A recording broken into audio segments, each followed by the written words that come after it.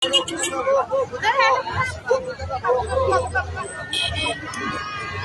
Ramdhanu alias Danu, tersangka pembunuhan ibu dan anak di Subang, kembali menjalani pemeriksaan setelah dihadirkan dalam olah TKP di lokasi kejadian, Selasa 24 Oktober 2023. Dari olah TKP kemarin, kata dia, penyidik di Treskrimum Polda Jabar diharapkan mendapatkan petunjuk baru untuk menuntaskan kasus ini.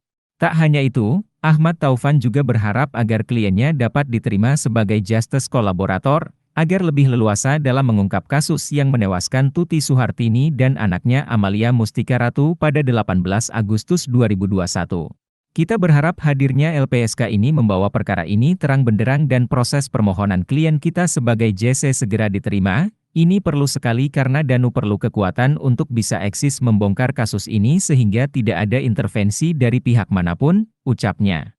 Sebelumnya, penyidik di Treskrimum Polda Jabar melakukan olah TKP ulang untuk mengungkap peristiwa pembunuhan ibu dan anak di Kabupaten Subang. Olah TKP dilakukan setelah salah satu pelaku mengakui perbuatannya dan menyerahkan diri ke Polda Jabar.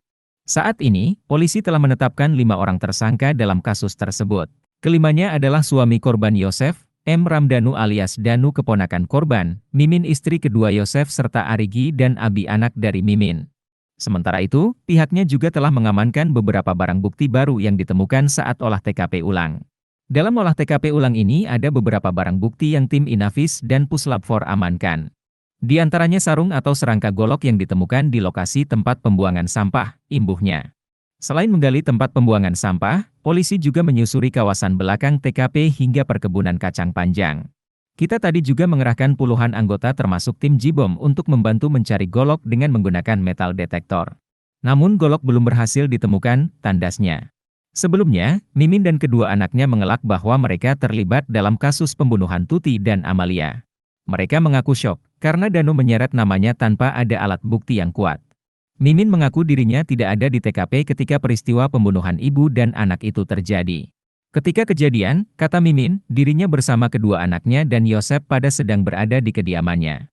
Menurut pengakuan Mimin, ia dan kedua anaknya itu tidak pernah mengenali Danu. Anjing yang menggigit Danu ini merupakan anjing K9 milik Polda Jabar yang saat itu membantu dalam penyelidikan. Lanjut Mimin, dirinya kini tidak lagi tinggal di kediamannya dan harus mengungsi ke rumah keluarga lainnya. Sementara itu, kuasa hukum Mimin, Fajar Sidik menegaskan akan terus mendampingi kliennya agar bisa terbebas dari fitnah ini. Terkait penetapan tersangka terhadap kliennya, Fajar menegaskan akan menghormati proses hukum.